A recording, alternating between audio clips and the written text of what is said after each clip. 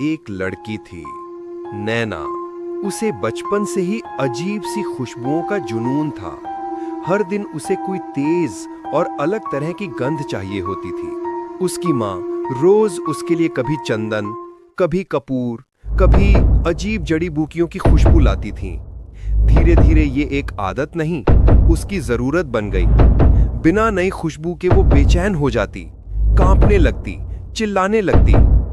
एक दिन बाजार में सारी सुगंध वाली चीजें खत्म हो गईं। माँ खाली हाथ घर लौटी। बस फिर क्या था, नैना का चेहरा लाल पड़ गया, आंखों में जैसे आग जल उठी। वो चिल्लाई, मुझे नई खुशबू चाहिए, अभी चाहिए। वो कमरे में चीजें फेंकने लगी, अपने कपड़े फाड़ने लगी, नाखूनों से अपनी बाहें नोचने लगी। रात होते होते घर में अजीब सी बदबू फैलने लगी। माँ डरते डरते उसके कमरे की ओर बढ़ी। दरवाजा चरमराया। अंदर का दृश्य देखकर उनके पैरों तले जमीन खिसक गई। नैना फर्श पर बैठी थी। उसके सामने टूटे हुए शीशे, फटे कपड़े, बिखरे बाल। लेकिन सबसे डरावनी बात, वो अपने हाथों को सूंघ रही थी, बड़े ध्यान से, जैसे कोई नशा हो।